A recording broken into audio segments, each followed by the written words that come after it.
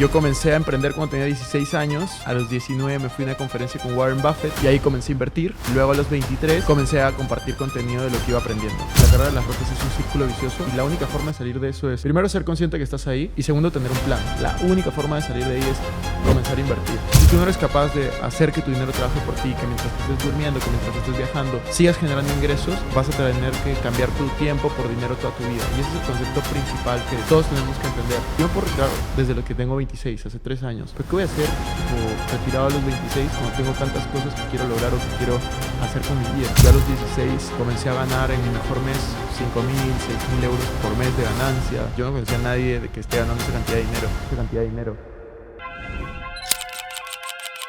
Los servicios secretos. Bienvenidos a la estamos? segunda temporada de Trippers Podcast. ¿Cómo estamos? Estamos de vuelta. De ti de palmas, no sé cuánto dinero. He tenido algo grande, no sé qué. De Afganistán y pasar a Birmania. Te lo juro que de los mejores podcasts que me lo he pasado. Probablemente el mejor podcast en el que he estado. Ha sido un poco un placer. Espero que haya Me he pasado de estado a puta gusto. madre. Stay tuned, stay tuned. Bienvenidos un día más a Trippers Podcast. ¿Cómo estamos? ¿Todo bien? ¿Todo ¿Tú bien? qué tal? Bien, todo en orden. Perfecto. Hoy vamos a hablar de algo importante, relevante, Muy importante. divertido. Muy importante. Que no sé qué piensas. Hoy tenemos con nosotros a Christian Arens. ¿Cómo estás, Cristian? Bienvenido a Trippers Podcast. Muy Muchas bien. gracias por venir. Estoy emocionado, feliz de estar aquí con Sí, ustedes. ¿no? Así que buen set el que han armado. Sí, hoy Muchas tenemos gracias. un invitado que se dice de clase A. ¿A que sí? Claro, un tipo Esa interesante. palabra.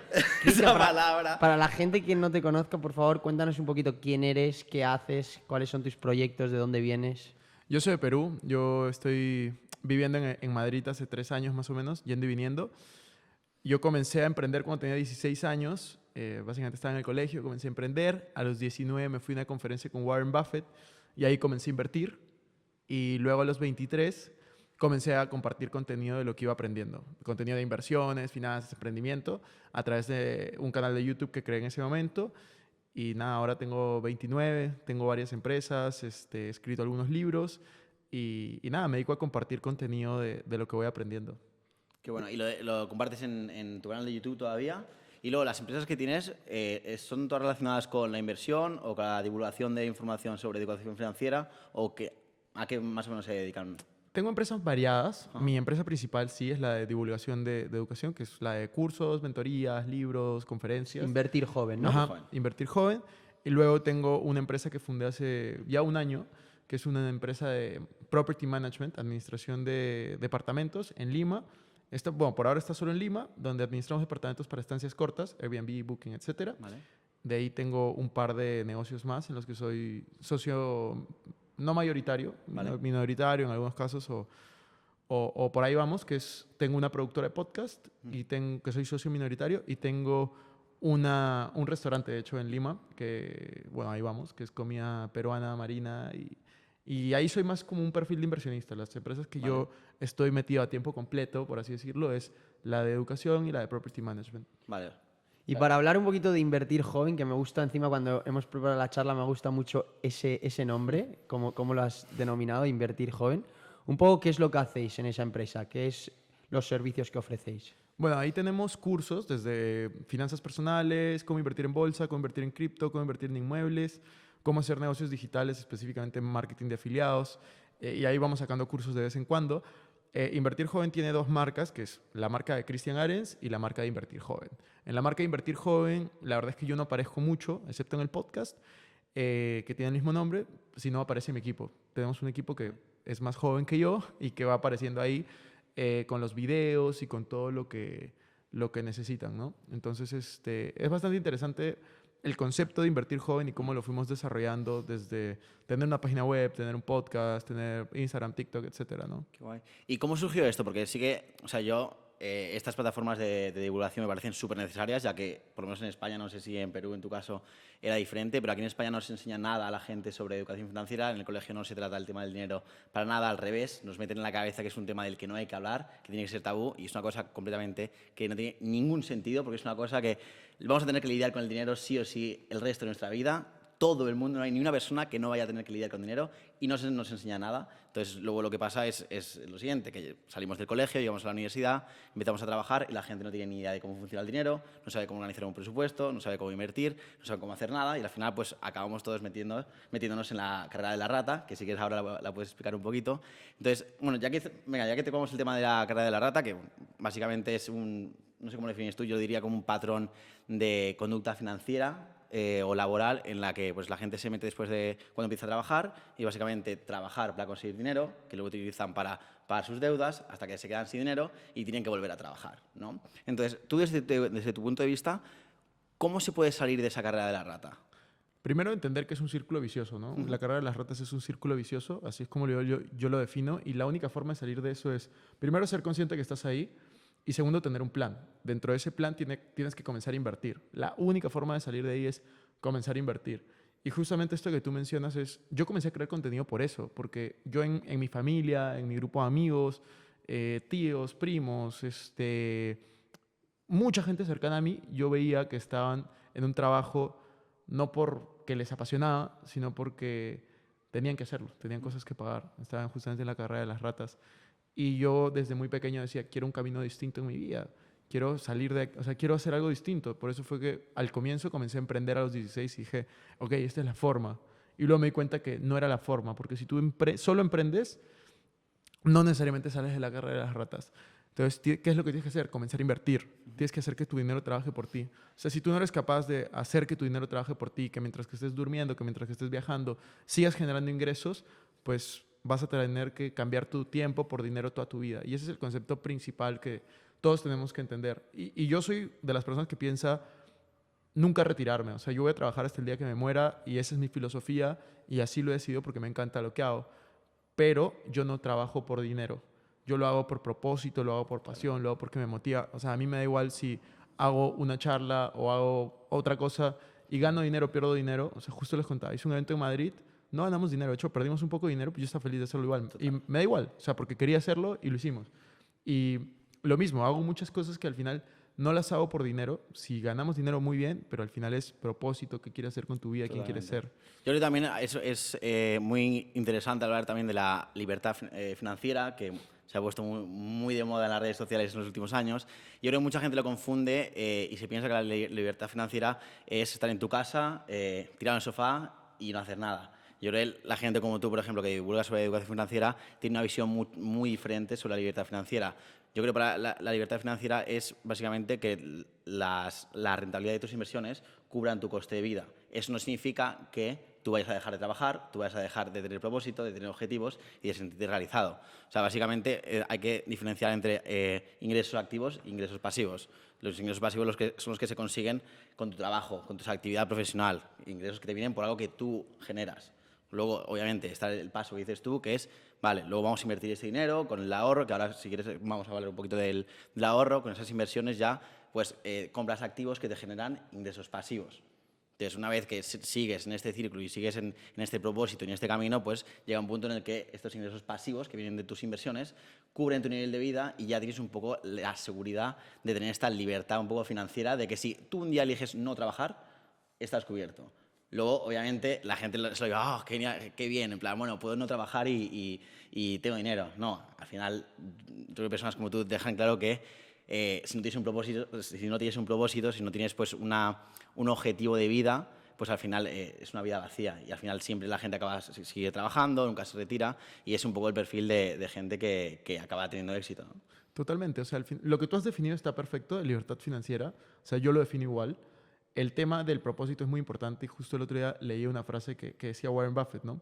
Warren Buffett decía, las personas después de que se retiran, estadísticamente viven 6 años. O sea, después de que te retiras, vives 6 años. Porque normalmente cuando pierdes un propósito, pierdes el sentido de la vida. O sea, imagínate retirarte. Por ejemplo, yo me puedo retirar desde lo que tengo 26, hace 3 años. ¿Pero qué voy a hacer, tipo, retirado a los 26 cuando tengo tantas cosas que quiero lograr o que quiero hacer con mi vida? Entonces, es como... Lo que le da sentido a la vida no es el dinero, no es no sé, algo en específico material, sino es tener un propósito, sentir que estás avanzando, sentir que estás ayudando, o por lo menos ese es mi punto de vista. Entonces, el dinero para mí es una herramienta y te ayuda a amplificar la persona que tú eres, te ayuda a lograr lo que sea que tú quieras hacer. O sea, si tú eres una persona buena, con mucho dinero, pues vas a ser más bueno todavía. Si eres una persona, no sé, con un ego un poco descontrolado, con mucho dinero vas a ser una persona con un ego totalmente descontrolado a otro nivel. Entonces, nada, eso es como un pensamiento que tengo respecto a eso, ¿no? Vale, muy interesante todo lo que estamos hablando. A mí me gustaría poner un poco en contexto toda la charla y para que la gente entienda un poco quién es Cristian y cómo ha logrado todas las cosas que estás comentando ahora. Por ejemplo, acabas de decir que te podrías haber retirado a los 26 años, hace 3 años, todos los proyectos que tienes. A mí me gustaría un poco entender cuál fue tu proceso evolutivo como persona y como emprendedor. Es decir, tú empiezas a emprender con 16 años, si no me equivoco, te das cuenta de que la forma en la que estabas emprendiendo no era la adecuada y luego, ¿cuál es el siguiente paso? ¿Qué otros proyectos tienes? ¿Qué es lo que pasa? Yo a los 16 comencé a... Yo antes era de los que en el colegio siempre compraba y vendía cosas. O sea, desde que tenía 13, 14 años. Eso lo he hecho toda mi vida desde que tengo memoria. Porque me ha gustado siempre sentirme independiente. Entonces, no tener que pedir dinero a mis papás. Yo vengo de una familia de clase media en Perú. A mí nunca me ha faltado educación, nunca me ha faltado comida. Pero tampoco es como, papá, ¿me puedes dar esto? Y me lo daba. O tenía, no sé, cosas que otros no tenían. Pues no, yo siempre me he sentido como muy promedio. De hecho, cuando yo empiezo a emprender fue porque quería un PlayStation y mis papás, en vez de comprármelo, me dijeron, consíguelo. Y yo dije, ok, me puse a comprar, a vender. Y el negocio que tuve a los 16 fue, primero, compraba al por mayor accesorios, pulseras de silicona, relojes de silicona para personas del colegio, más pequeños, que estaba de moda. Y luego un amigo me enseñó a importarlo desde China. Entonces comencé a importarlo desde China y pasó de costarme $1 y venderlo en 4. Voy a hablar en dólar, bueno, en euros si quieres. Dólar. €1 y venderlo a 4. Comencé a comprarlo a 10 centavos y seguir vendiéndolo a 4, porque lo estaba importando desde China al por mayor. Entonces ahí fue como que se abrió la mente. Yo a los 16 estaba, o sea, fue sorprendente, 16, 17, comencé a ganar en mi mejor mes 5.000, 6.000 euros por mes de ganancia. No todos los meses, pero varios meses. O sea, imagínate, yo en ese momento me sentía millonario. Era como que yo no conocía a nadie de que esté ganando esa cantidad de dinero. Y comencé a ahorrar, porque vivía con mis papás, o sea, tampoco es que podía hacer gran cosa. Ahorré.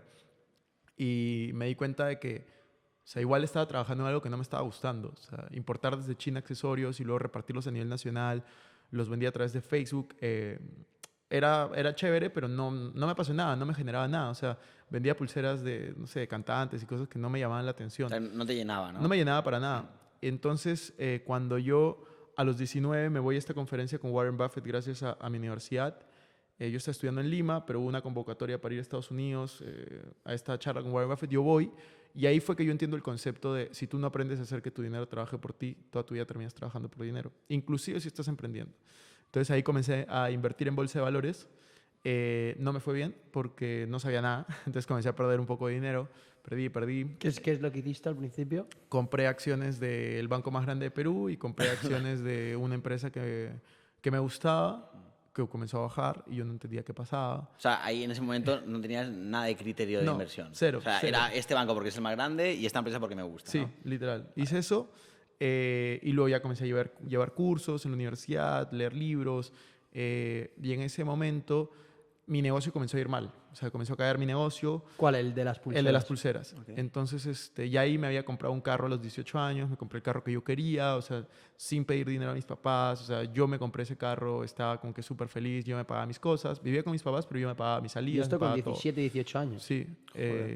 Y luego cuando cierro la empresa, justo entro, todo ese periodo estuve probando muchos negocios que no funcionaron, intenté lanzar marcas de ropa, intenté hacer un montón de cosas que no funcionaron, pero yo luego entré a un modelo de negocio que sí funcionó, que fue justamente venta directa o redes de mercadeo. Yo hice redes de mercadeo durante 3 años y me fue bastante bien. Para que la gente lo entienda un poco, si lo puedes explicar. Sí, es marketing multinivel, que es básicamente tienes un producto, lo recomiendas y lo recomiendas a otras personas y así puedes ir generando una comisión de todas las ventas que generan, ¿no? Entonces, básicamente eso, me fue bastante bien, súper joven, comencé a dar conferencias ahí. De hecho, hice viajes a Estados Unidos también por eso, conocí un montón de gente Y ahí fue que yo aprendí también la importancia de autoeducarme, leer libros, ir a conferencias, que era algo que yo no tenía antes y me comenzó a apasionar mucho más que lo que yo tenía de pulseras, porque era impactar en las personas, o sea, como abrir la mente. Es una industria súper polémica para muchos, pero para mí es como una gran escuela de negocios. Entonces comencé a dar charlas en las universidades, en colegios no, en universidades, amigos, y ahí comenzó a empezar este tema. ¿Y cobrabas por esas charlas? No, no, era, ¿No cobras por no, principio? ahí yo no cobraba, eran gratis y yo lo que intentaba era vender los productos que estaba distribuyendo, ¿no? ¿Qué productos eran, si se pueden decir? Sí, eran productos nutracéuticos, o sea, eran como... Bueno, en Perú se dicen nutracéuticos, no sé si acá es igual, pero como proteínas en sobres. Ah, vale. ¿Era lo de Herbalife? ¿O no? No era Herbalife, Vale. pero era una empresa que Era era parecido. competidor. sí. Vale. Entonces, básicamente fue eso y así fue como fui empezando. Y en Al todo este final- proceso invertías tu dinero Sí. en bolsa y aprendías. En bolsa, iba aprendiendo en bolsa todo el tiempo.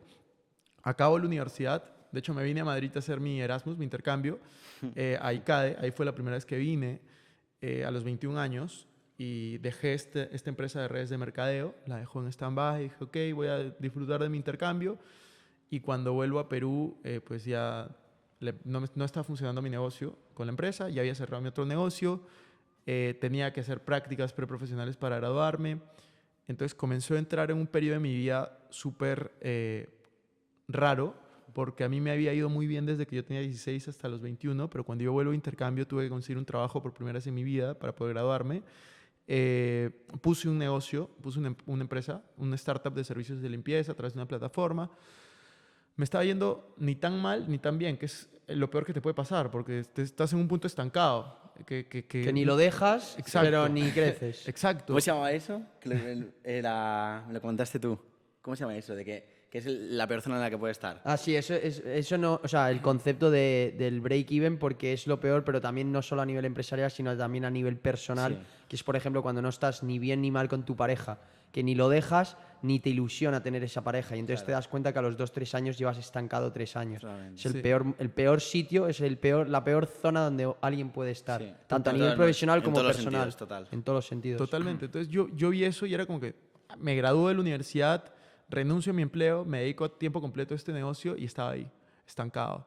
Y justo en ese momento que estaba estancado, que me estaba yendo mal, yo salí de una muy buena universidad en Perú. Todos mis amigos tenían los trabajos, les pagan súper bien para... O sea, ¿tú fuiste dropout o lo No, acabaste? acabé la universidad, Ah, vale. acabo la universidad, pero yo en vez de conseguir empleo, renuncié al empleo que tenía y me concentré en el negocio que estaba haciendo. Y no me daba ni para poder pagar la gasolina del carro, seguía viviendo con mis papás. Entonces comencé a sentirme muy incómodo. Tenía una relación de casi 5 años, terminamos ahí. Se me comenzaron a juntar muchas cosas y fue un punto como de inflexión en mi vida, porque ahí yo dije, ok, tengo que hacer algo para salir adelante. Comencé a buscar un empleo, que es algo que nunca me había planteado. Comencé a buscar un empleo. Ahí fue que creé mi canal de YouTube y dije, ok, con el tiempo libre que tengo, voy a comenzar a compartir lo que sé. Y ahí fue que comencé, que fue en diciembre del 2017. ¿Y qué tipo de contenido ponías? ¿Educación financiera? Educación financiera, pero el primer video que grabé se llama Cómo ser millonario y hablo del interés compuesto. O sea, como que... Y luego comencé a grabar videos, cómo invertir en la bolsa. O sea, durante todo el 2018, que fue el primer año que publiqué videos, publiqué 5 o 6 videos. O sea, no fue... Porque yo estaba trabajando. Ah, vale, o sea, conseguí un empleo de gerente de innovación, creando el área de innovación en una empresa de redes de mercadeo en Perú que tenía operaciones en Latinoamérica. Entonces fue súper chévere. Y eso lo logré gracias a lo que había hecho en los años anteriores. O sea, creé este equipo de 3 personas, que tampoco era tan grande, y lo fue creciendo. Y al mismo tiempo fui avanzando con el canal de YouTube. Y luego para el 2019 ya dije, ok, voy a tomarlo un poco más en serio. No ganaba dinero, pero me divertía. Y dije, voy a crear un video por semana. Y ahí fue que creé 50 y no sé cuántos videos. Durante el 2019 pasamos porque cuando empezamos llegué a 800 seguidores el primer año. 800 suscriptores, ¿no? Suscriptores, y luego pasé en el 2019 de 800 a 8000 después de 55 videos. O sea, no fue como que tan fácil. Y luego dije, ya, en el 2020 voy a publicar 2 videos por semana y ahí justo llegó la pandemia y pasé de 8000 a 120,000 en un año. Y ahí ya monetizabas. Ahí comencé a monetizar. ¿Cuánto monetizabas en ese momento con 120.000? No me acuerdo. La verdad no me acuerdo porque Porque tu nicho precisamente se paga bien. Ah, muy Sí, bien. sí, pero en Perú pagan mucho menos que en España. Ok. O sea, Menos aún que en España. porque Como en Estados España Unidos- pagan menos que en Estados Unidos. Claro. Exacto. El CPM es Sí, muy sí. distinto. Entonces, no, la verdad es que muy pocos youtubers viven de la publicidad de YouTube, por lo menos en Perú. Y la mayoría de mi público era de Latinoamérica, Perú, México, Colombia. Entonces, la verdad no sé, pero en mi mejor mes podré haber sacado $3,000, pero en un mes promedio, no sé, 1,500, 1,000, por ahí. Ok. Entonces, así fue como fue avanzando y al mismo tiempo fui creando las empresas, ¿no? Al final renuncio a mi trabajo, me vengo a Madrid a hacer mi MBA a fin de 2020, sigo con el canal y pues de ahí fue que fui creando más negocios, fui invirtiendo en otros, fui dando ya de ahí conferencias desde el 2021 ya cobradas y así ha ido como todo evolucionando. Publiqué el libro en el 2020, sí. El libro Este libro. que lo comentamos ahora, que encima nos lo has dicho que nos lo has traído, Sí, que además tiene Código Dinero. una portada muy, muy guapa. Muy guay, sí. Código Dinero, 4 pasos para hacer que el dinero trabaje por ti. Sí, Muchísimas gracias, Cristian, tío. Lo leeremos con Ahí se los atención.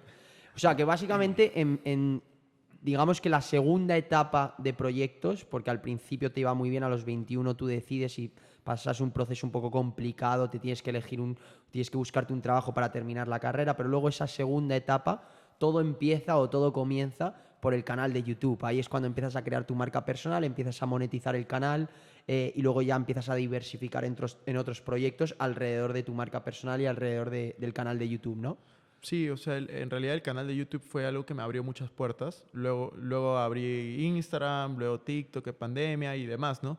Pero el canal de YouTube fue como lo primero que creé respecto a la marca personal y eso fue en base a que no me identificaba con ningún creador de contenido. En ese momento, te estoy hablando fin de 2017, todos los creadores de contenido que yo veía eran como súper extravagantes. ¿A quién veías? No quiero mencionar nombres, pero eran como que gente muy extravagante, muy mayor, que estaban con carros de lujo y que decía, mira, yo sé todo, no sé qué. Vale. Y yo lo que dije, quiero crearlo desde ser par. O sea, mira, yo estoy invirtiendo esto es lo que estoy haciendo. Si me equivoco, lo van a saber. Y si lo hago bien, pues también lo van a saber. Y comparto o sea, creo el contenido que me gustaría encontrar, sinceramente. Entonces, eso fue algo que creo que me diferenció de muchos creadores que había en ese momento.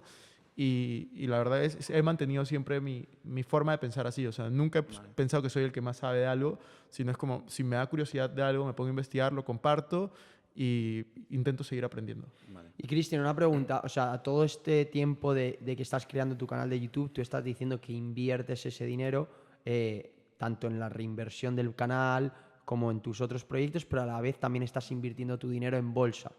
Tú dices que en esos años, digamos que la rentabilidad mayor que tienes de tu capital como emprendedor viene de la bolsa, de tus inversiones, porque en un principio dices que te va mal, que pierdes dinero en la bolsa, pero luego imagino que empiezas a ganar dinero en la bolsa. Sí, he ganado bastante dinero en bolsa. ¿Es de lo que más has ganado o no? No, yo creo que no. O sea, es que ninguna inversión va a ser más rentable que un negocio. O sea, entonces, lo que más he ganado obviamente es en la empresa que he creado y todos los productos que he podido sacar, pero en bolsa es, yo creo, la segunda mejor inversión en cuanto a rentabilidad. Y de ahí he diversificado. O sea, mi forma de pensar respecto a las inversiones es, yo divido todo mi portafolio, todo mi patrimonio en 3, que yo le llamo fondo de crecimiento, fondo de seguridad, fondo de experimento. En mi fondo de crecimiento tengo las inversiones en bolsa, tengo las inversiones en mis negocios, tengo inversiones, por ejemplo, en criptomonedas. Eso está en mi fondo de crecimiento, que yo busco generar ganancias arriba de 15% al año. Es lo que busco. Obviamente hay un riesgo, hay años que he perdido. De ahí tengo mi fondo de seguridad, que lo que busco es tener flujos predecibles de dinero, ganancias menores, pero que sean predecibles. ¿En como qué, por ejemplo? Inmuebles. Vale. Y compro inmuebles, los alquilo, tengo una ganancia predecible de dinero. Vale. O depósitos a plazo, CETES, todo esto que tiene diferentes nombres en cada país, bonos. Sí. Luego está mi fondo de experimento, que es hasta 5%, que me permite probar.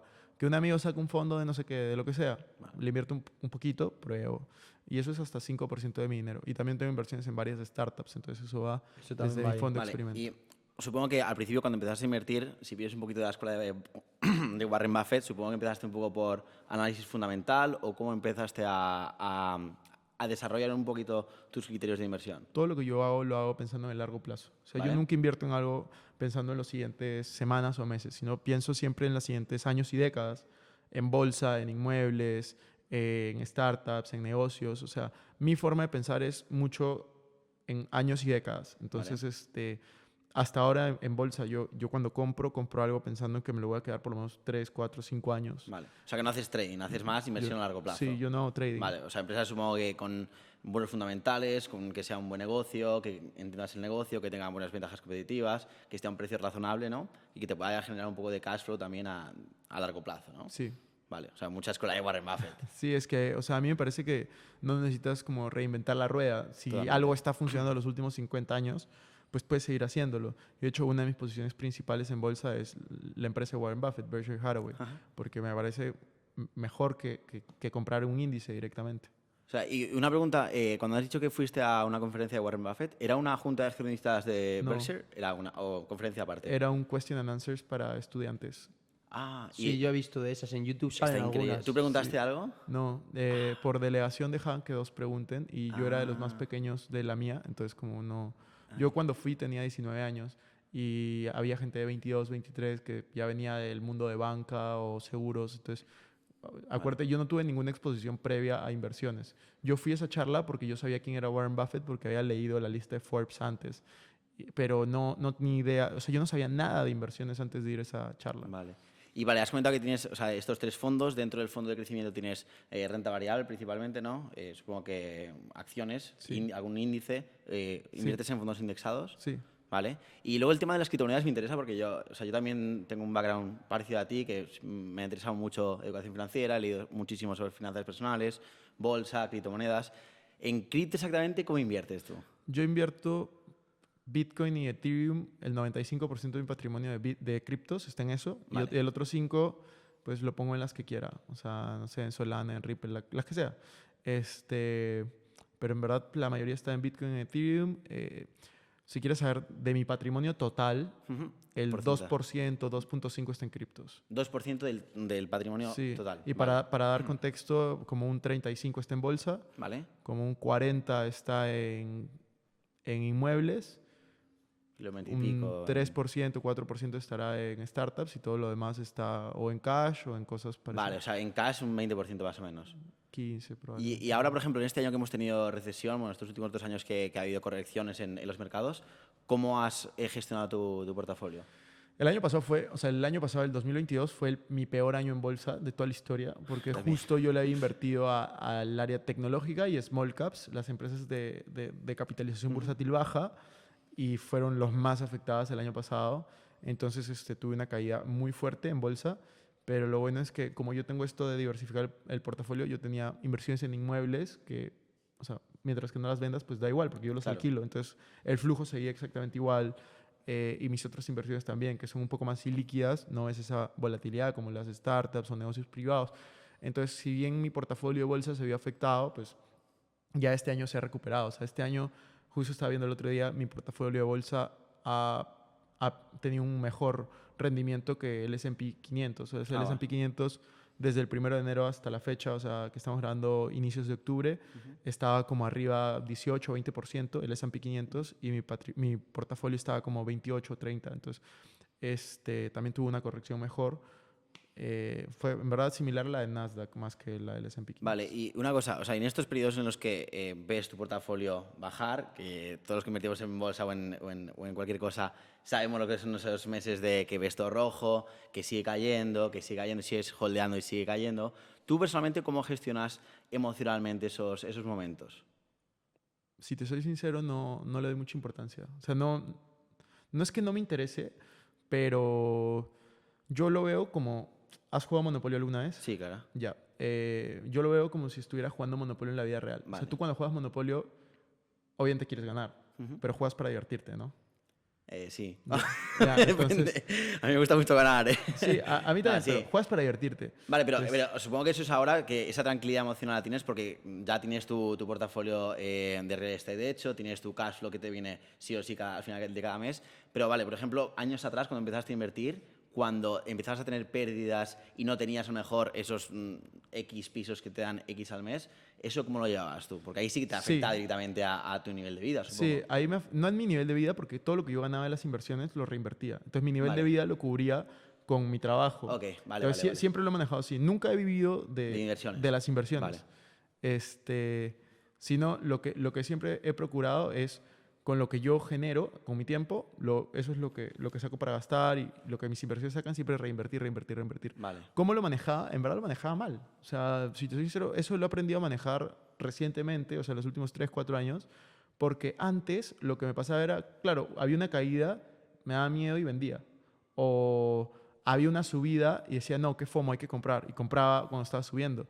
Y eso me pasó en el 2020, cuando llegó la pandemia, casi que hice terapia con 2 amigos. O sea, porque, claro, cuando recién llegó, como 15 de marzo, 20 de marzo, hubo una caída demasiado fuerte, demasiado grande. Sí, que tiene un halting súper rápido. en Sí. el Nasdaq y todo, sí. Sí, fue súper rápido.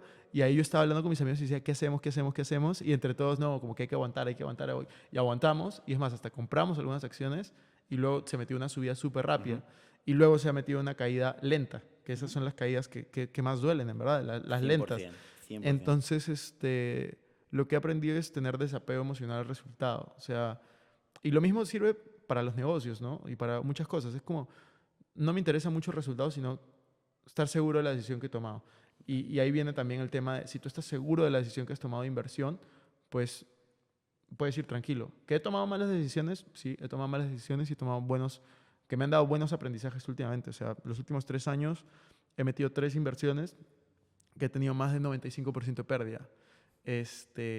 Así como también he tenido otras inversiones que han tenido bastante ganancia. Pero de todas esas se aprende. Total. Y lo bueno es, yo cada vez que veo atrás y digo, qué bueno que me pasó esto a los 26, a los 27, a los 28, a los 21, a los 22, porque me quedan todavía, espero, 50 años para poder seguir invirtiendo, 60 años, ya no voy a cometer ese error. Entonces, yo lo veo así. Totalmente. Un aprendizaje caro, ¿no? Cristian, y una cosa, ahora que estamos hablando un poco cronológicamente de todo lo que pasó y llegamos al punto de que, bueno, que tu canal de YouTube estaba creciendo, empezaste a crear proyectos. ¿Cuál es el proyecto que te empezó a dar muy buena rentabilidad o te empezó a ir muy bien? ¿Invertir joven de una o hubo algunos proyectos previos a esos?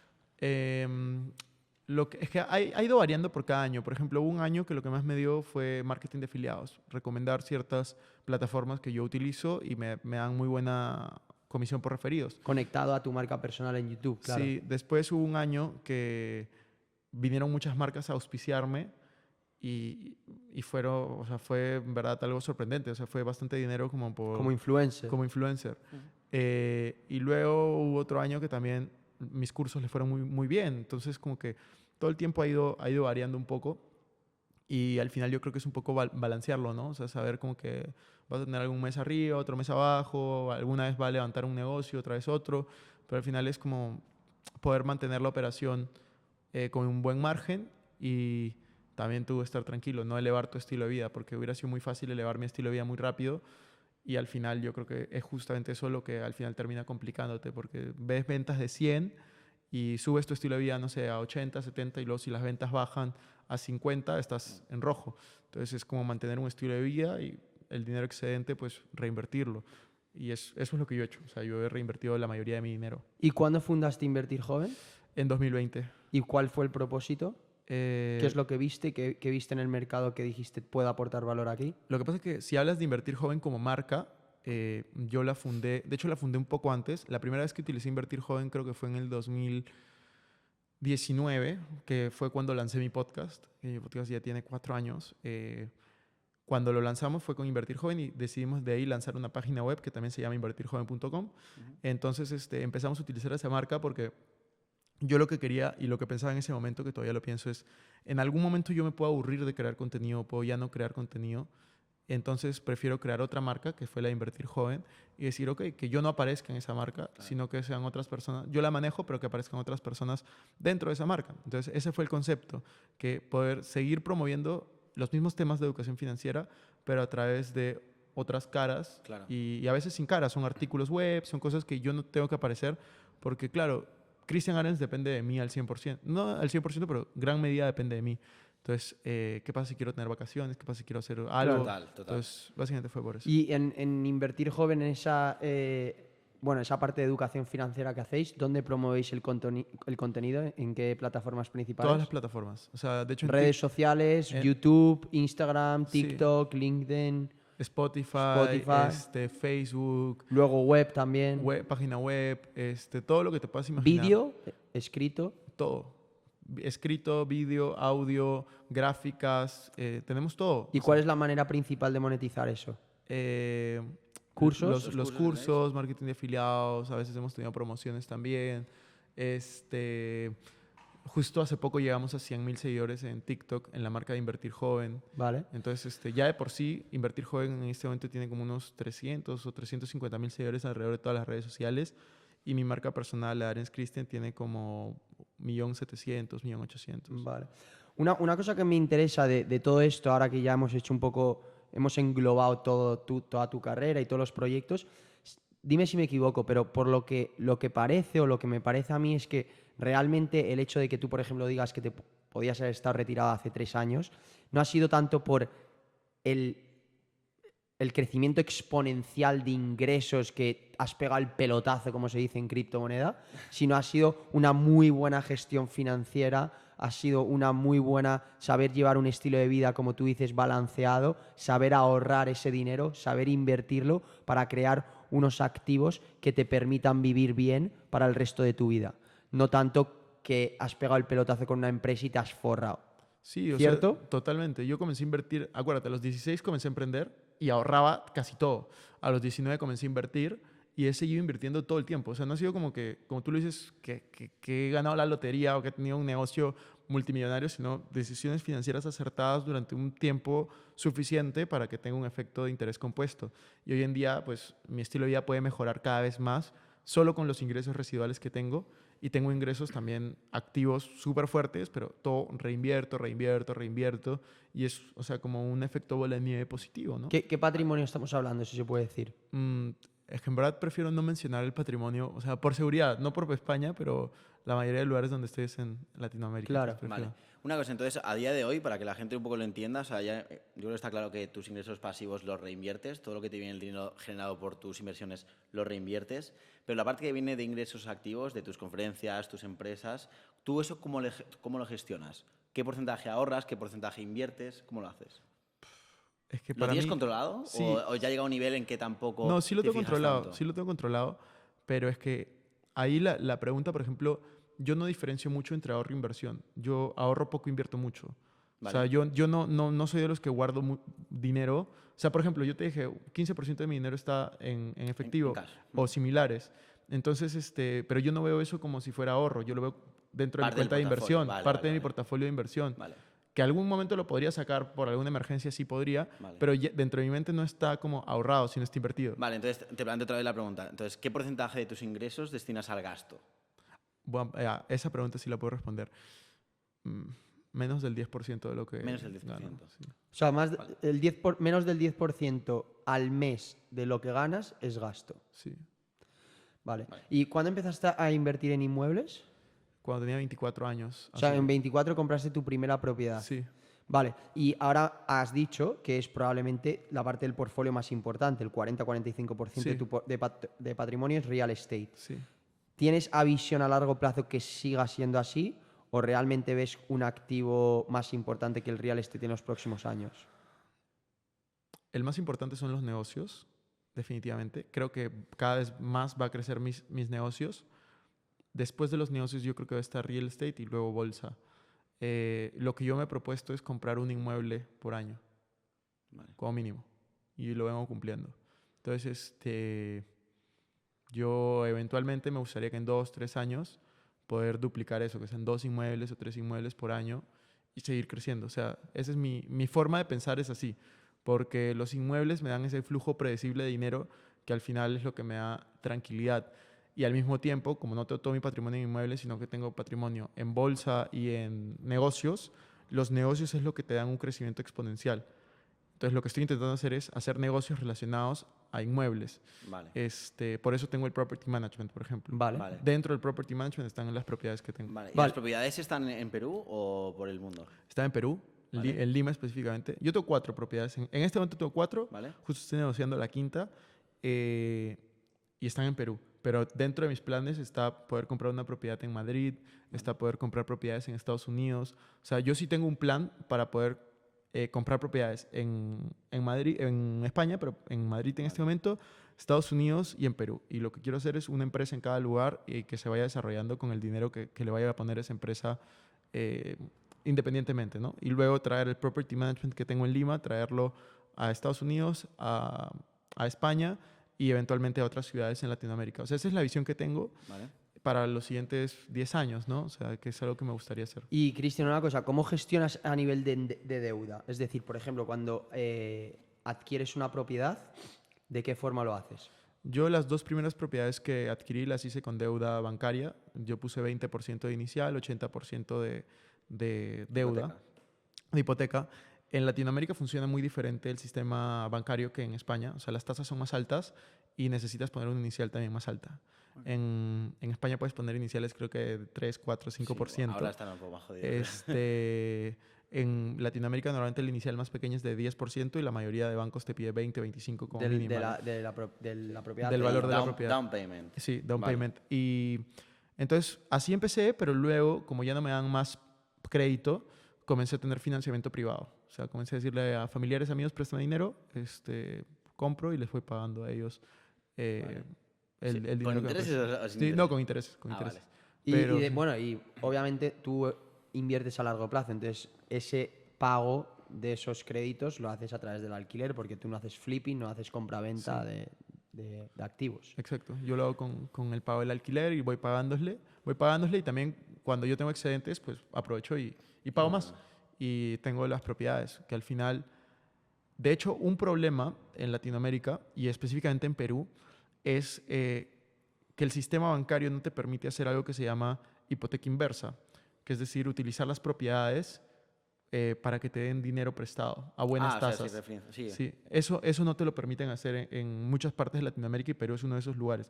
No existe el producto de hipoteca inversa para personas naturales, que en España y en Estados Unidos sí existe y es un producto muy bueno porque al invertir en inmuebles aquí es como si tuvieras un pequeño ahorro, ¿no? Porque tú puedes tener la propiedad ya pagada y luego pedir un crédito sobre esa propiedad a la misma tasa que si tú la estuvieras comprando o muy parecida. Eso no existe en Perú, cosa que sí existe en España y sí existe en Estados Unidos. Y eso es lo que te permite escalar negocios inmobiliarios como los que yo quiero hacer. Por eso es que quiero entrar a esos 2 mercados. Vale. ¿Y por qué no lo dejan en Perú hacer eso? La verdad no estoy seguro. Justo el otro día hablaba con amigos que están en banca y les decía como que eso... Es que cómo es posible. Es que eso es lo que dinamiza la economía, pero no lo sé. O sea, en verdad no estoy seguro porque no hay eso en Perú para personas naturales. Yo he hablado con muchos amigos banqueros y es como... Yo sería algo que pondría y me gustaría saber el por qué, pero no Sí, lo tengo total. claro. Encima es que el crédito, bueno, yo creo que en Estados Unidos es el mejor sitio donde hacen uso del crédito. La mayoría de la gente y los que están bien educados financieramente. Aquí en España sí que veo que hay mucho menos cultura del crédito, que aquí la gente no se apalanca bien, no sabe hacer uso de la deuda. Podríamos distinguir entre deuda buena y deuda mala, que obviamente hay deuda mala, no todas las deudas son buenas. Eso es interesante, yo creo Sí, que lo deberías explicar. la deuda buena es aquella que, pues, por ejemplo, un dinero que te has prestado para hacer una inversión que te va a generar más dinero. Una deuda mala sería un préstamo que obtienes para comprarte, por ejemplo, un coche que no te va a reportar ninguna ganancia, no te va a generar dinero, sino que va a sacar en realidad dinero de tu bolsillo. Estas son las cosas un poco que no nos enseñan un poco en el colegio y que es importante ir aprendiendo porque te ahorras muchísimos errores, yo creo, durante tu vida financiera. A mí me gustaría preguntarte, relacionado un poco con esto, ¿tú cuando inviertes en bolsa y tal, has tenido problemas de deuda o nunca has tenido...? No, yo nunca me he apalancado para ¿Nunca te has invertir en apalancado? bolsa. Vale, Me he apalancado para invertir solo en inmuebles. Yo tengo un perfil muy conservador. vale. O sea, para eso. Yo no me apalanco, por ejemplo, normalmente para mis negocios, no me apalanco tampoco para bolsa, solo me apalanco para inmuebles. Vale, y una pregunta, ¿en la casa en la que vives es tuya o vives alquiler? Yo nunca sugiero comprar una casa para vivir. ¿Y por qué es, Cristian? Cuéntanos. Yo creo que comprar una casa para vivir es la peor inversión de la mayoría de las personas. Y es una de las grandes mentiras que te dicen la sociedad. Tienes que comprar una casa para vivir. Alquilar es tirar el dinero por la basura. En el 95%, yo hago asesorías financieras. Y hago asesorías financieras a gente que tiene cierto patrimonio. Y el gran problema de estas personas es que muchas veces se han creído esa mentira de tienes que comprar una casa y literal vives para pagar tu casa. Entonces tienes una deuda mala. Comprar una casa con deuda y vivir en ella es una deuda mala. Porque no termina siendo una inversión, termina siendo un gasto. Depende cómo defines inversión y gasto, pero un gasto normalmente es lo que hace que se vaya el dinero de tu bolsillo y una inversión es lo que hace que llegue dinero a tu bolsillo. Si tú compras una casa y vives en ella, es un gasto, porque se va el dinero de tu bolsillo. No está entrando ningún dinero a menos que alquiles las habitaciones o hagas algo al respecto. Pero Es un poco yo creo, la distinción que hace Kiyosaki entre activo y pasivo, ¿no? Sí. Un activo, es que, o sea, hay que diferenciar activo y pasivo contable o activo y pasivo desde un punto de vista de educación financiera. En contabilidad un activo es lo que tú posees y un pasivo es lo que debes, básicamente. Pero en educación financiera un activo es algo que te genera dinero, que pone dinero en tu bolsillo y un pasivo es algo que te lo saca. Entonces, en este caso yo creo que tú te refieres a un pasivo un poco más financiero, en el que Exacto. tu casa no es algo que te, por mucho que lo poseas, en el fondo, como te saca dinero de tu bolsillo a través de la hipoteca, en realidad no es algo, no es un activo, no te está generando nada, al revés. te Es estás activo sacando para el dinero. banco. Es activo para el banco, sí. efectivamente. Y lo que estoy diciendo es súper polémico y seguramente si cuando lo corten y así va a haber hate, pero Mejor. explicar eso es importante. Y Sí. es la mayoría de personas, ¿qué es lo que pasa? Tienes un salario promedio en España, pongamos 2.000 euros. 2.000. 2.000 euros al mes. Estamos hablando de al año vas a ganar 24.000 euros. ¿Qué es lo que pasa? Te aprueban un crédito y quieres comprarte un piso que te vale 200.000 euros. Entonces te vas a endeudar 20 años y vas a pagar una hipoteca de 1.000 euros al mes. La mitad de tu sueldo en deuda. Entonces, ¿qué es lo que pasa? Tienes que poner los ahorros de toda tu vida para pagar el down payment, el pago, la cuota inicial, y luego pues vas a vivir la mitad de tu vida, un buen rato de tu vida pagando esa deuda y te vas a quedar con un margen muy pequeño. 1.000 euros para vivir. Entonces, en esos 1.000 euros para vivir está la luz, el agua, el teléfono, las salidas, las comidas. Entonces, te quedas sin capacidad de ahorro, te quedas sin dinero para poder generar un patrimonio. Y ahí está el problema. En vez de haber hecho eso, tú lo que podrías haber hecho es esos 20.000, 30.000, 40.000, 50.000 euros que pusiste para el pago inicial, pues cogerlos y invertirlos. Eso Y es. con eso que te genera la inversión, que te genera un rendimiento, no sé, de 10%, por imaginemos, ejemplo. 10% de 50.000, estamos hablando de 5.000 al año, ¿no?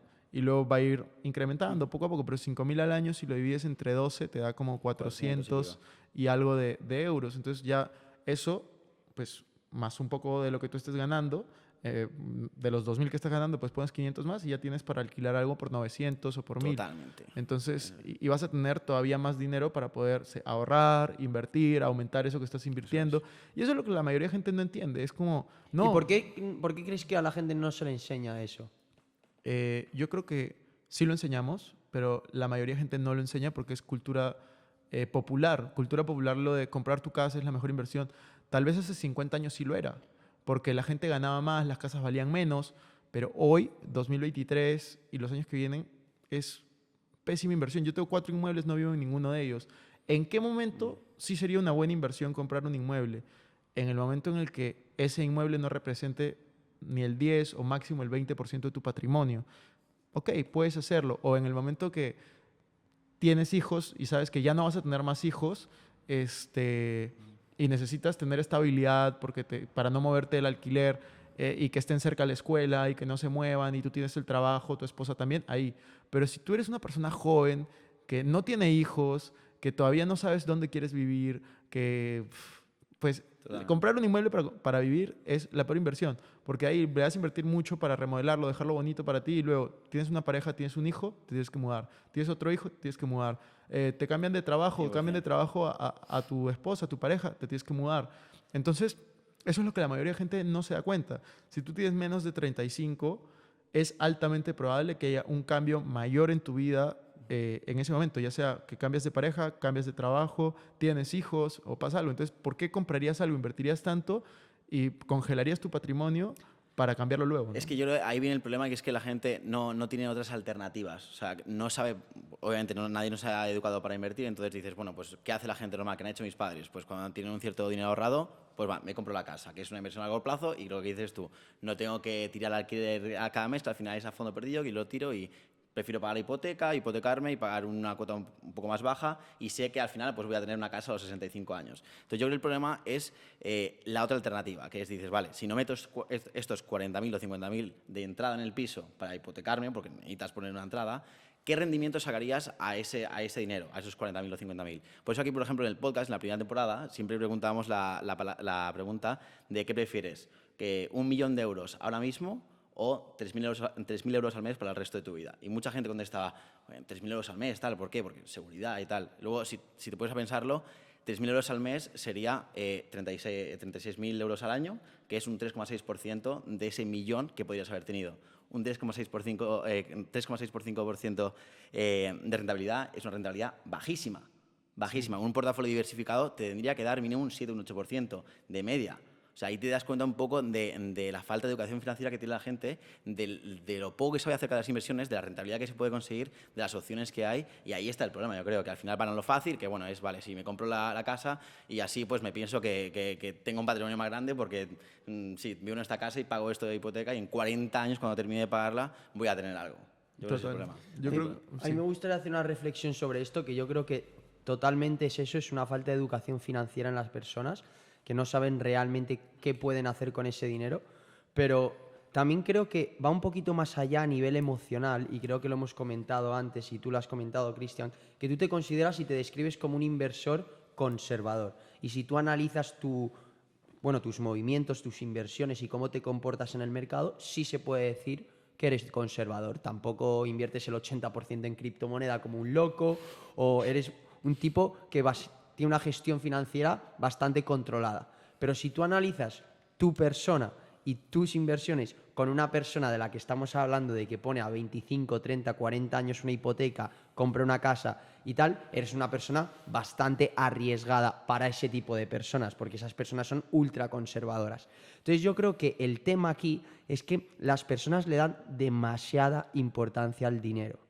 Están obsesionadas con el dinero. Y es incluso un poco... creo que tiene algo de hipocresía o es algo gracioso que precisamente las personas como tú, que tu marca personal está de hablar de dinero y de inculcar esa educación financiera, te podrían decir, joder, Cristian, estás obsesionado con el dinero, solo hablas de dinero. Pero si tú analizas realmente tu comportamiento financiero, tú no das tanto valor al dinero. Para ti el dinero es un medio para conseguir tu propósito, para inculcar a gente otro tipo de educación, para aportar valor. Esas personas están tan obsesionadas con el dinero que al no querer perderlo, simplemente lo refugian. Yo creo que si de primeras cambias tu mentalidad y tu filosofía de que el dinero es un trozo de papel, un medio para conseguir otro tipo de cosas, cuando te desprendes emocionalmente de esa barrera tan limitante que tiene la gente, ahí es cuando se te abren las puertas. De, joder, al final no es tan importante perder el 90% de tus inversiones en bolsa. Estamos aquí para pasárnoslo bien.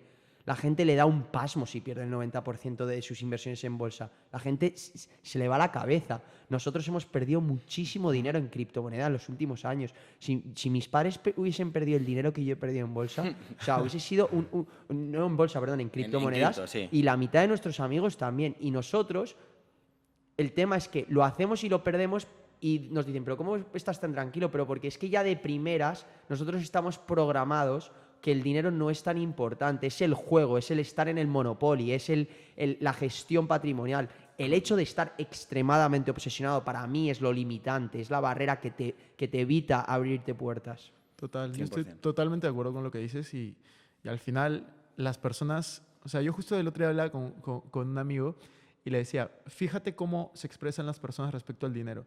Las personas que más tienen dinero es la que menos importancia le da al dinero y las que menos tienen es la que más importancia le da porque para esas personas es escaso.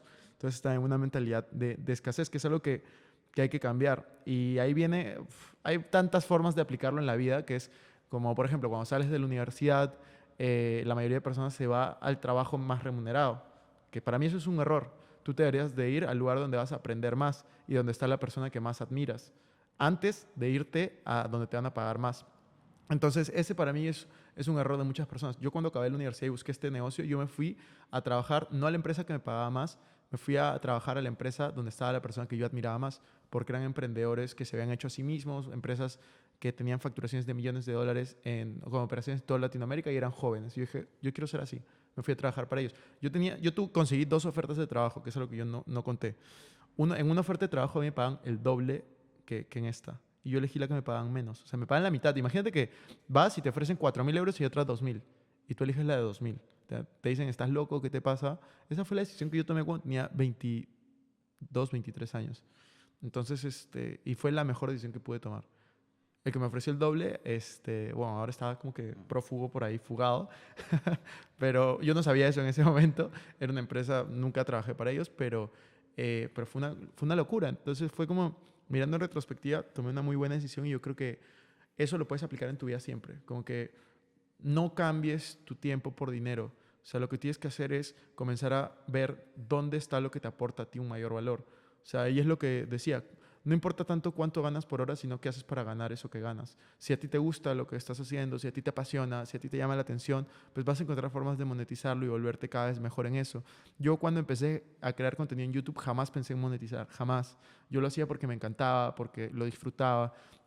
Cuando yo escribo libros, no lo hago por el dinero. O sea, los libros es una de las peores formas de ganar dinero, a menos que te vuelvas, o sea, no sé, vendiendo millones, Kiyosaki. Robert Kiyosaki. Claro, pero si no, nunca vas a vivir de vender libros, pero es chévere escribir y me gusta como, o sea, cuando alguien lee algo que tú has escrito y sobre todo un libro que es algo tan largo, es como, brother, conectas. Entonces, lo mismo, o sea, todas las cosas que yo intento hacer en mi vida las intento hacer por propósito y porque me gusta y porque me apasiona, y cuando deje de hacerlo, pues dejaré de hacer eso, ¿no? Sí, es que encima supongo que en este sector que estás ayudando a la gente, o sea, de una manera bestial en un aspecto de su vida que es fundamental, que es la parte financiera. Este libro en concreto, a mí me gustaría hablar un poquito de él. Vamos a enseñarlo un poquito por aquí, ya que nos lo ha traído. Código Dinero. Y aquí hablas de los 4 pasos para hacer que el dinero trabaje por ti. Sí. ¿Nos podrías hacer un poquito de spoiler ahí y contarnos cuáles son estos 4 pasos para que el dinero trabaje para ti? Bueno, ¿Cuál sería el primero? ¿Por dónde empezamos? Vamos El primer paso para la gente que nos está escuchando. Quieres que el dinero trabaje para ti, ¿vale? ¿Cuál es el primer paso que tienes que dar? Bueno, este libro yo lo escribí pensando, si me olvido todo lo que sé respecto al dinero, quería tenerlo en un libro. Todo lo que yo escribo o todo lo que yo publico creo el contenido que me gustaría encontrar. Entonces, todo tiene una explicación en base a lo que yo en algún momento necesitaría. Dicho esto, el paso número 1 es invertir en ti. ¿Vale? No hay forma de hacer que el dinero trabaje por ti si es que tú primero no inviertes en ti. ¿Qué significa invertir en ti? Conferencias, libros, cursos, escuchar podcasts, dar tu tiempo hacia cosas positivas, seguir a las personas correctas. Porque mucha gente viene y te dice, Cristian, quiero tener más dinero. No sé en qué me estoy gastando todo. Yo te digo, entra a Instagram, fíjate quiénes sigues. Travel bloggers, lifestyle bloggers, sigues a alguien que tenga un estilo de vida, o sea, que te sume, que te eduque, que te dé educación financiera, negocios, no sé, estar más fit, cosas similares. No. Entonces, ¿cómo te vas a querer resultados de una manera, pero seguir a personas que te enseñan lo otro, ¿no? Entonces, ese es el paso 1, empezar a invertir en ti. Vale. Luego, vale, ya la gente ya ha decidido suscribirse a Trippers, porque es una de las cosas que tienes que hacer si quieres que el dinero trabaje para ti. Luego ya el siguiente paso, supongo que sería, me imagino, sin verlo, supongo que sería desarrollar un poco mentalidad de inversor, de empezar a preocuparte por tus finanzas, ordenar tu vida, empezar a ahorrar, supongo. ¿Cuál crees que es la mejor manera de ahorrar? Sobre todo para la gente joven, que supongo que mucha gente que nos escucha es joven y está empezando a ganar dinero, sus primeros trabajos. ¿Cuál es el mejor consejo que les puedes dar? El segundo paso es entender y conocer de inversiones, pero que está dentro de ahorrar. Para poder ahorrar, el mejor consejo que yo les puedo dar es págate a ti mismo primero. Y es cada vez que recibes dinero, en vez de gastar y luego ahorrar lo que te queda, ahorra y luego gasta lo que te queda. Así sea 5% y luego te gastas el 95%, pero hazlo. O sea, el orden sí altera el resultado en cuanto a ahorro y en cuanto a esto, ¿no?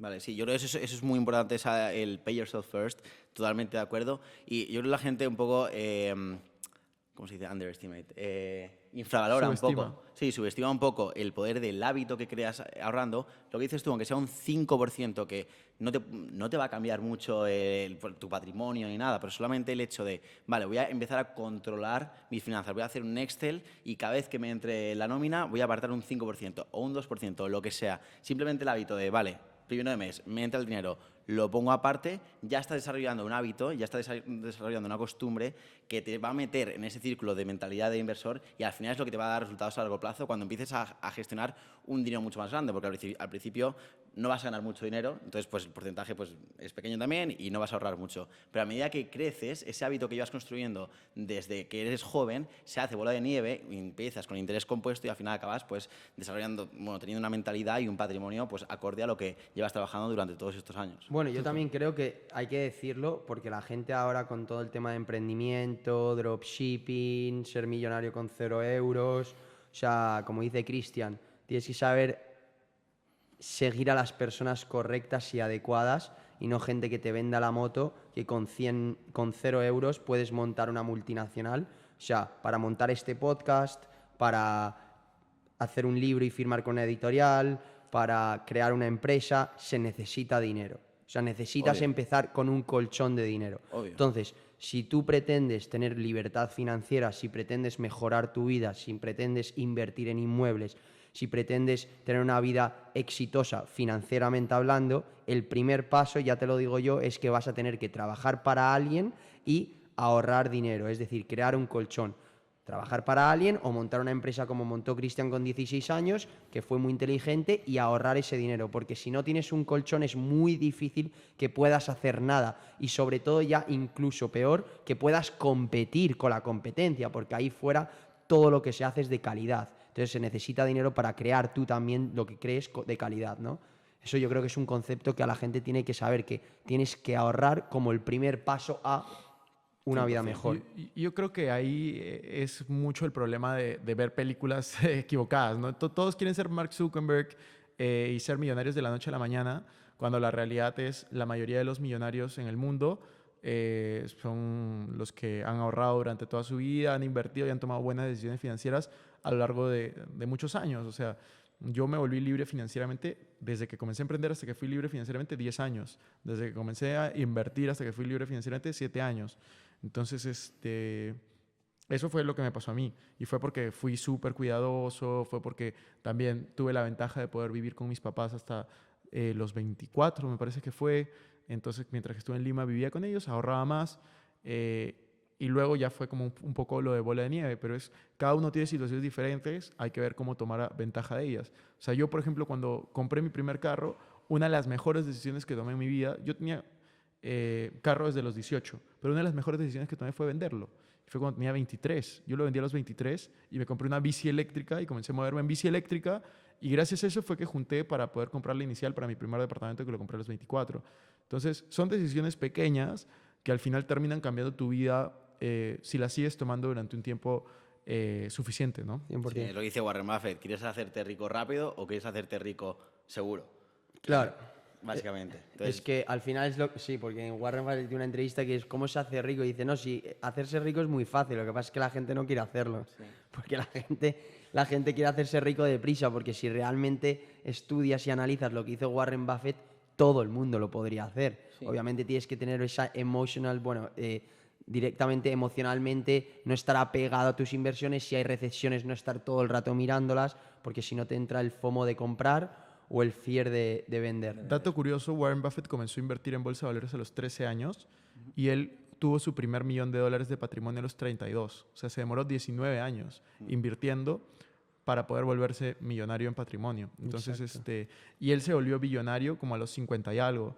Entonces, él siempre dice como, volverte millonario, tener una cantidad de dinero es básicamente un juego aburrido, porque es interés compuesto, decisiones buenas, pero de manera consistente. Entonces, la verdad es que me parece increíble y yo admiro totalmente el trabajo de Warren Buffett. Hoy tiene 92, 93 años, sigue trabajando, es la persona que más dinero ha donado en la historia del mundo, o sea, ha donado más de la mitad de su fortuna hasta ahora y sigue en el top 10 de personas más ricas del mundo. Es impresionante lo que puedes hacer con buenas decisiones en un tiempo suficiente de tiempo, ¿no? Cristian, me ha entrado curiosidad, o sea, la primera sería invertir en ti. Segundo paso es saber y conocer de inversiones, que bueno, eso supongo que sea también invertir en ti, en conocimiento, en saber de inversiones. ¿Cuál sería el tercer y el cuarto paso? El tercer paso es empezar a invertir, poner en práctica tomar toda acción. la teoría, tomar acción. Vale. Y el paso número 4 es el que la mayoría de personas se salta, que es generar ingresos residuales. La mayoría de gente invierte, pero invierte solo en cosas como bolsa o negocios. Entonces se olvida de que, o sea, esos cualquiera de esas inversiones requiere tu tiempo. Entonces, hay pocas inversiones que no requieren de tu tiempo y que son más residuales. Entonces, invertir en cosas que no dependan directamente de tu tiempo para que tú puedas tener tiempo. Como que inmuebles. Inmuebles, Recibir cash flow sí, sin hacer nada. inmuebles, acciones que pagan dividendos, Eso es por ejemplo, el canal de YouTube puede llegar a ser residual. Hay ciertas cosas que se pueden volver residuales, pero el tema es concentrarte también no solamente en generar ganancias de capital, sino en generar flujos predecibles de dinero. Y esa es la gran diferencia, yo creo que la mayoría de personas no presta atención cuando está creando un portafolio de necesitas tener cash flow. Necesitas tener cash flow. 100%, yo creo que Cash flow is king, Cash como dice is Gran king, Cardón. Claro, 100%. Yo creo que la riqueza de una persona se mide por el día, o sea, la cantidad de días que podría vivir si deja de trabajar actualmente. Entonces, si tienes unos ingresos residuales, como tú dices, puedes vivir el resto de tu vida sin trabajar. Por lo tanto, eres mucho más rico que alguien que tiene mucho dinero, pero que tiene un nivel de vida muy alto, no tiene ingresos residuales y si deja de trabajar, al final el dinero se lo va a acabar. Totalmente. Oye, a mí me gustaría tocar, antes de que toquemos las nuevas tecnologías, me gustaría, porque creo que a la gente le va a interesar, a mí personalmente me interesa mucho, en época de recesiones, en época de crisis, ¿cómo gestionas tú toda esa presión? ¿Cómo inviertes? ¿Cuál es la estrategia que sigues cuando hay una recesión? Excelente pregunta. Yo lo que hago es esto.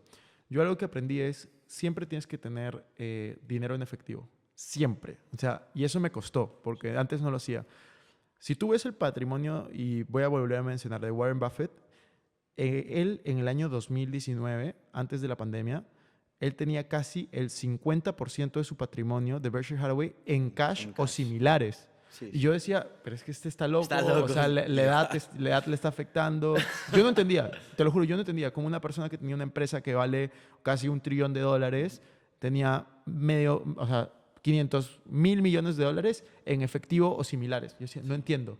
Bueno, Y luego lo entendí muy bien. O sea, y desde ahí fue que yo dije, o sea, yo tengo, por ejemplo, si todo mi patrimonio es de $100,000, entonces yo tengo entre 20 y 40% en cash o similares. Siempre. Siempre. Entonces, cuando estamos en un mercado alcista, pues yo voy a tender a estar cerca del 40%. Cuando estamos en un mercado bajista, yo voy a tender a estar cerca del 20, 15%. Hoy en día estoy por el 20%. Entonces, cuando yo hago aportes, que yo hago aportes nuevos todos los meses pongo, pues yo siempre me fijo que el nivel de cash nunca esté por debajo del 20%. Y ya hasta 15%. ¿Qué te permite eso? Que si hay alguna caída, una oportunidad que tú ves y dices, este es el momento, pues puedes entrar y comprar. Y cuando estás en un mercado alcista, pues no sobrecomprar en esos momentos, ¿no? Claro. Entonces, nunca estés 100% invertido. Eso es algo que aprendí. O sea, si tienes un patrimonio de $5,000, $10,000, pues sí, tienes que estar 100% invertido. Pero si ya comienzas a tener 30, 40, 50, 100 más, pues dejar una parte en cash o similares. Cuando yo cash, no me refiero a necesariamente dinero en efectivo, sino bonos que pueden vencer en 4 meses, 5 meses, 6 meses y que te van generando un rendimiento que te permite ganarle la inflación, ¿no? O sea, la idea más simple es decir cash, pero realmente son productos que con pronto vencimiento, ¿no? Vale. Oye, personalmente, ¿cómo ves el mercado ahora mismo? Es complicado. O sea, yo realmente creo que estamos en un momento de cambios. No sé si han visto el documental este de Ray Dalio, sacó un documental el año pasado, antepasado, ¿Dónde? de El Nuevo Orden Mundial. Lo sacó en YouTube. Sí, claro. Sí. Ya, entonces, Buenísimo. Buenísimo. Y yo creo que fue un poco exagerado, pero yo creo que tiene mucho de verdad. O sea, el fin del dólar inevitablemente se acerca, y con esto no me refiero a que va a ser mañana, pero va a pasar en algún momento. No hay ninguna moneda que haya durado para toda la vida. O sea, todas las monedas han pasado por cambios. Y esto trae muchos cambios. En este momento Estados Unidos está sobreendeudado, hay una crisis política, ya pasamos la crisis inflacionaria todavía sigue vigente, pero yo sí veo que, por ejemplo, hace poco cayeron mucho el precio de los bonos de Estados Unidos. Sí. Hubo una caída muy fuerte, los bonos de 10, 20 años cayeron más del 50% de valor. Eso justo estaba leyendo, o sea, trae cola. Todas las cosas que están pasando en la economía traen cola. Las decisiones que ha tomado Estados Unidos van a perjudicar al final. Y yo creo que todavía no salimos de esa crisis, porque un indicador es el precio de los inmuebles. Todavía el precio de los inmuebles no ha caído lo que debería de caer. Entonces yo creo que ¿cuándo vamos a llegar al punto más bajo? Cuando haya una pequeña o gran crisis en los bienes raíces de Estados Unidos específicamente, porque eso trae cola a nivel mundial. Entonces, eso va a pasar. La mayoría de tasas en Estados Unidos son mixtas. Si las tasas de interés siguen subiendo, pues va a haber más gente que no va a poder pagar. Y al final van a tener que salir, van a bajar los flujos y van a tener que bajar el O precio. sea, esperas una mayor corrección antes de la Claro, eso es lo recuperación. que lo hablábamos Yo con... creería que sí. ¿Con quién lo hemos hablado? ¿Con Guillo o con César? Bueno, hemos tenido mucha gente de real estate y es justo lo que yo pensaba porque, claro, o sea, por ejemplo, aquí en Madrid los precios de los inmuebles siguen subiendo y se han mantenido súper bien estos meses cuando todos los otros mercados han caído. Y claro, o sea, yo, por razonamiento personal, más que nada, opinión personal, es claro, si con unos tipos de interés en el pico más alto de los últimos 40 años, las hipotecas subiendo, pero disparándose, la gente va a llegar a un punto que no va a poder pagar su hipoteca, van a tener que empezar a vender sus casas. Y ahí, obviamente, al final los precios van a tener que empezar a bajar. Pero en Estados Unidos es que es igual, es que no están cayendo todavía. Entonces, claro, el año que viene, cuando la gente siga estando ahogada y tenga que empezar a vender, ahí es cuando tú crees que vamos a tocar el bottom. Yo creería que sí. O sea, esa es mi opinión. Obviamente nadie puede predecir el futuro, pero eso es lo que yo creo, lo que yo veo. Madrid específicamente y ciudades como Miami, por ejemplo, son ciudades refugio para Latinoamérica. Entonces, el precio por metro cuadrado, por ejemplo, en Madrid o en Miami, se ve muy afectado. Cada vez que hay una crisis política en Latinoamérica, el capital de Latinoamérica sale y viene a ciudades como Madrid o como Miami, que son refugios. Entonces, como han habido tantas crisis políticas últimamente en Latinoamérica, ya sea en Chile, en Perú, en Colombia, en el mismo México, cuando recién eligieron al presidente actual, pues salen los empresarios y ponen su dinero fuera, en lugares donde creen que pueden refugiarlo, que es uno de ellos es Madrid y otro es Miami, que son los más importantes para cualquier latinoamericano. Entonces, esos son como casos especiales, pero en Estados Unidos sí se está viendo ya una corrección y en España yo creo que también, no necesariamente en Madrid, pero en otras partes yo creo que lo van a poder ver. Pero sí, yo sinceramente las crisis y para mí significa cambios. O sea, crisis es igual a cambios, normalmente cambios rápidos. Entonces, en las crisis son los momentos en los cuales la riqueza pasa de unas manos a otras. ¿De quién a quién? Del que no se adapta al que se adapta. Entonces, si tú eres capaz de adaptarte entre las crisis pueden ser tu mejor aliado, porque tú vas a comenzar a tener un patrimonio cada vez mayor. Si tú, por el contrario, estás con una estructura muy rígida, con un negocio muy rígido, o justo te pegó ahí, pues, y no te pudiste adaptar, pues la crisis va a ser un momento en el que vas a perder gran parte de tu patrimonio. Son momentos en los que básicamente se mueve, o sea, no es que el dinero desaparece, simplemente es que cambia de manos.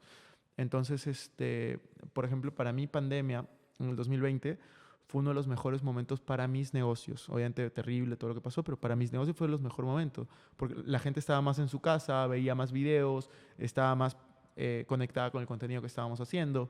Entonces fue una buena oportunidad en ese lado, pese a que en mi trabajo, por ejemplo, nos suspendieron la mitad del salario, o sea, ¿me entiendes? Pero si yo me hubiera concentrado en eso, pues hubiera sido un mal momento. Pero yo me concentré y dije, ok, mitad del salario, tengo más tiempo en mi casa porque tengo tiempo, voy a crear más contenido. Claro. Entonces, que me concentré en lo que sí podía controlar y en adaptarme al cambio. Entonces, cada vez que tengo una crisis, yo siempre intento tener esa mentalidad de, ok, si se cae la bolsa, por ejemplo, pues tengo los bienes raíces, tengo los negocios. Claro. Si se cae los bienes raíces, pues yo voy a tener la bolsa, voy a tener otro. Entonces, me concentro en lo que sí puedo controlar, me concentro en donde se está moviendo favorablemente para mí, para crecer ahí. Vale. ¿Tus oficinas están en Perú? O sea, ¿tu equipo y tus oficinas están en Perú? Sí, en Lima, sí. Todos, ¿eh? Y ahora que estamos hablando de adaptarse, ya que es la última sección de la charla, las nuevas tecnologías. Yo creo que ahora estamos viviendo, encima tú que inviertes y eres un inversor de décadas a largo plazo, ahora está pasando muchas cosas en el mundo, muchas tecnologías nuevas, crisis financiera, crisis políticas en muchísimos países. ¿Qué nuevas tecnologías ves de aquí a 20, 30 años que van a ser realmente relevantes en nuestro planeta, en nuestro mundo? O sea, yo creo que ya están aquí, ¿no? La inteligencia artificial a mí me encanta, o sea, ChatGPT y todo, me encanta. Todo lo que se puede hacer con inteligencia artificial es impresionante. No termino de ver la dimensión de lo que estamos haciendo, desde coches que se manejan solos hasta traducciones en simultáneo, de que he visto el otro día, me pusieron un video mío diciendo cualquier cosa que yo no había dicho o en otro idioma. O sea, da un poco miedo, Da bastante miedo eso. pero la verdad es que no sé hasta qué punto podamos llegar con eso, pero estamos en una época interesante, van a haber muchos cambios, hay que ver cómo adaptarnos. Entonces, eso me emociona, la inteligencia artificial, Me emociona también el blockchain. ¿Cómo es esto el definitivamente. blockchain? ¿Cómo ves blockchain y criptomoneda? ¿En qué áreas tú crees que puede ser realmente disruptiva la tecnología blockchain? O sea, lo de blockchain, primero para verificación de documentos, por ejemplo. O sea, algo que yo espero que en algún momento eliminemos son, por ejemplo, las notarías. Que no sé si es igual en España, notarías. Es ¿sí, igual, no? sí. Donde firmas los inmuebles, vas Sí. a comprar, tienes que firmar y alguien verifica que las firmas son Sí. correctas, todo. Pues blockchain te ayuda con esos documentos también. Pero es que yo ahí tengo un pensamiento muy contradictorio. Yo soy súper pro blockchain, pero justo para eso tengo mis dudas. Porque, claro, por ejemplo, si yo tengo mi propiedad, ¿vale? Gracias a un NFT, por ejemplo, un activo digital único que verifica que esta casa, por ejemplo, es mía o este coche es mío, ¿qué pasa si alguien viene, me pone una pistola en la cabeza, me obliga a transferirle ese NFT a su wallet y como es descentralizado, pues ya, entonces esa casa es suya porque tiene ese NFT? Claro, eso hay que ver cómo... O sea, sí que hace falta, al cómo- final sí que hace falta para algunas cómo- cosas tener una tercera persona como un notario que verifique. Hay que ver cómo es que eso se puede poner con más seguridad, porque es lo mismo, ¿no? Como en el banco que te ponen límites para poder retirar dinero. O sea, si alguien te pone una pistola y tú vas al banco, pues vas a poder sacar hasta cierta cantidad de dinero. En cambio, si tú tienes tu dinero en tu wallet, pues le vas a transferir todo. O sea, puedes tener millones y puedes transferirlo con un par de verificaciones simples. Entonces, yo creo que eso es algo que tiene que evolucionar, definitivamente, pero sí me emociona. También la parte de descentralizar la economía, las monedas, eso a mí me parece súper interesante. O sea, yo sí veo, por ejemplo, Bitcoin, a mí lo que más interés me genera de Bitcoin es la parte de la economía deflacionaria, porque es un cambio, o sea, nosotros vivimos en una economía inflacionaria en el cual tienes 5 manzanas, que es el producto de toda la economía, y tienes $100, cada manzana vale 20. Si tienes en vez de 5, 6, pues la economía debería ir en vez de 100, 120 y sigue valiendo 20 con un poquito de inflación, y ahí vas. En cambio, lo que Bitcoin plantea en motivos prácticos es tú tienes la misma producción económica, 5 manzanas, tienes $100 y luego creces 6 manzanas y sigue habiendo la misma cantidad que $100. Entonces, cada vez pues el dinero vale más Claro. y las manzanas siguen creciendo, la producción sigue Claro, creciendo. es el beneficio de tener una oferta monetaria limitada, que no sea como el dólar que lo puedes imprimir cuando Exacto. los bancos centrales quieran, básicamente. Y Exacto. así estamos. Así estamos. Entonces, eso a mí me genera mucha expectativa de qué puede pasar, porque si te pones a pensar, si eso llega a funcionar, y es por eso que yo tengo el 2.5% o 2% de mi dinero en criptos, si eso llega a funcionar, estamos hablando de un cambio mayor de la economía. Entonces, por eso es que tengo el 2%, porque yo digo, a ver, si esto llegase a funcionar, puede que valga muchísimo, o sea, que se vuelva algo no de $60,000, $70,000 cada Bitcoin como ha llegado a estar, aunque ahora esté en 25 o 30, sino que pueda valer $1 millón, $2 millones eventualmente. No estoy hablando de un año, estoy hablando de 10, 15, 20 años, pero yo digo, si eso llegase a pasar, pues quiero estar dentro, ¿no? Y de Ethereum, por ejemplo, ¿qué opinas? Me parece interesante. Justo el otro día estaba hablando con un chico de criptos y me decía, para mí Bitcoin es como el oro y Ethereum es como el SP500, ¿no? Como un índice. Entonces yo lo veo así, o sea, Ethereum al final es como proveedor de muchas otras monedas, cadenas, entonces me parece interesante. Yo tengo más dinero en Bitcoin que en Ethereum, pero las dos me parecen como las principales, son los proyectos en los que yo más confío, que me siento tranquilo invirtiendo ahí, tranquilo dentro del mundo cripto Sí.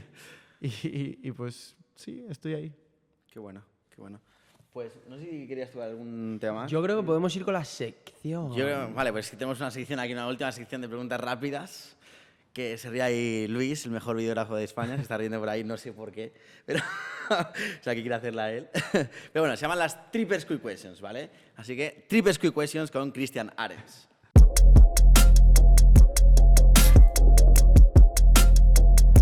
¿Preparado? ¿Sí? Preparado. Venga, un personaje histórico del pasado o del presente para tener una charla. Del pasado, un Rockefeller. Rockefeller, vale. Illuminati, ¿eh? Te gusta el poder, ¿eh? Imagínate que mueres hoy y te dan la opción de revivir. ¿En qué año lo harías? No, pues ahora. Quiero mismo tener a mi familia aquí, a mis amigos. El mismo día. El mismo día. ¿Vale? ¿Cuánto vale un Bitcoin ahora mismo? Como $27,000, $28,000. Perfecto.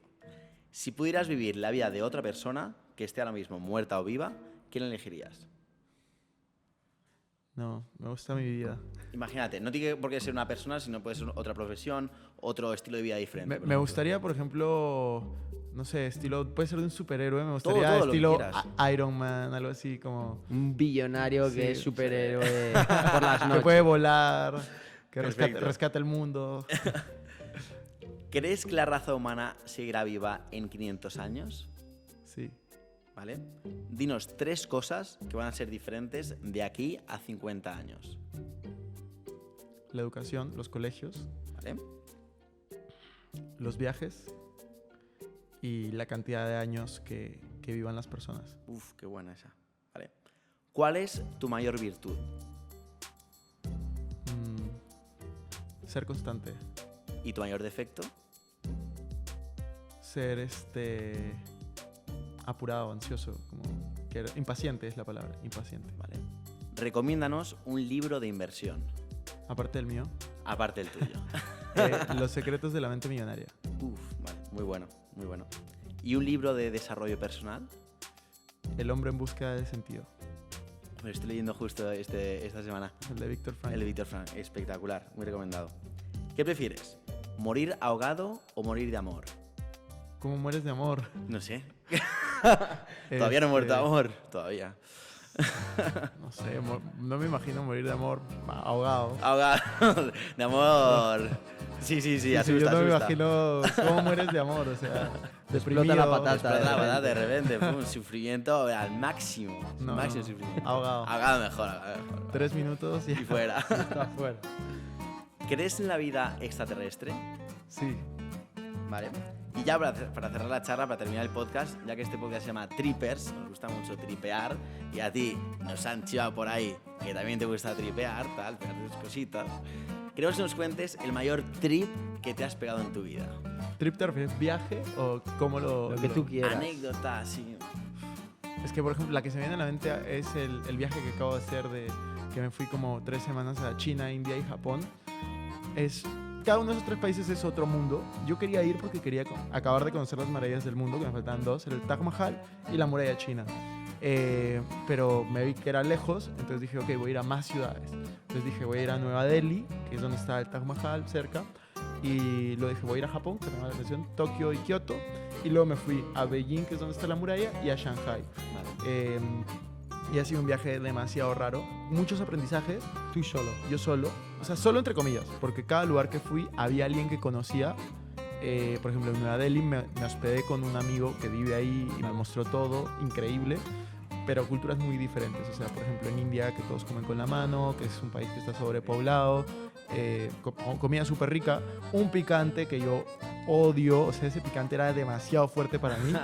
Después Japón, que justo lo hablábamos, un país súper ordenado, súper organizado, gente muy respetuosa, pero también gente como un poco rara. Hay culturas que a mí me chocaban, todo súper esquematizado. Por ejemplo, en Japón no hay tachos de basura en la calle casi. No hay. Hostia. No hay. ¿Sabes por qué? Porque la gente lo que espera es que tú te lleves la basura a casa y que la recicles. Hostia. Entonces, no hay tachos de basura. Si te compras una botella de agua, tienes que llevar esa botella de agua vacía como por mucho rato, a menos que te metas a un supermercado y ahí sí hay tachos de basura, lo botas ahí. O en alguno específico que veas para reciclar. Después, China, que es una cultura también totalmente distinta, ¿no? Decía, en Japón te cruzas con alguien y como chocan un poco el hombro y te van a pedir perdón por 5 minutos. En China y en India por el contrario, o sea, como el espacio personal es más pequeño, cercanía por todos lados, todo el mundo se empuja. Por ejemplo, en China es común como colarse en las filas. Sí, y nada, la comida en China me gustó mucho. Espectacular, ¿no? Sí, ha sido o sea, increíble. Y así en plan más anécdota loca no de este viaje, anécdota loca. Anécdota loca. No, pues he tenido muchas, como que, no sé, fiestas muy divertidas de estado, ¿no? O sea, la que... ¿Tipo? La de... Bueno, ahora en agosto también tuve tuve un viaje por cumpleaños a Mykonos, de ir al Jajvik en Croacia. ¿Qué pasó ahí? No, estuvo divertido. estuvo divertido. Dame detalles, tío, dame detalles. O sea, gente de todos lados, de todos los países.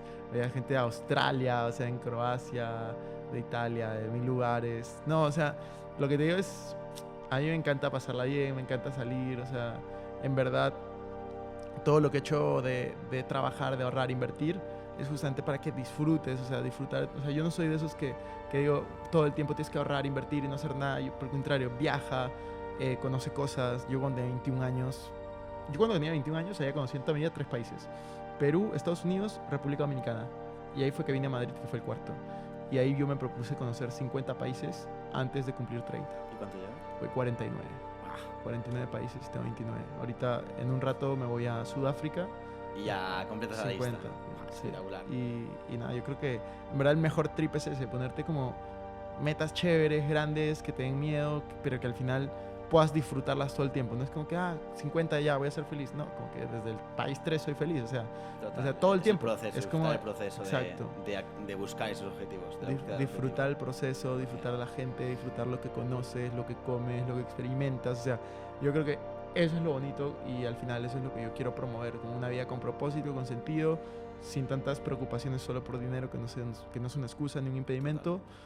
Y nada, crear la vida de tus sueños y lo que sea que quieras lograr. Totalmente. Pues oye, Cristian, muchísimas gracias. Me ha gustado mucho la charla, espero que hayas estado cómodo, ¿has estado bien? Sí, feliz. Contento. Perfecto. Genial. Y nada, Pues chavales, suscribiros al canal, apoyarlo, es gratis. Compraos Esto- aquí el libro Código Dinero. Exacto. Aquí dejaremos el link todo, bueno, las redes Librazo. también de Cristian. Y nada, suscribiros porque esto es el primer paso a la libertad financiera, Efectivamente, como lo ha dicho mi él, Lo compi. dice Cristian Ares, no lo decimos nosotros, lo dice Cristian Ares. así Expandir la conciencia y ser curiosos siempre. Efectivamente. Be trippers, que, always. efectivamente. Y nos vemos. En el siguiente vídeo. Chao, chao. Chao.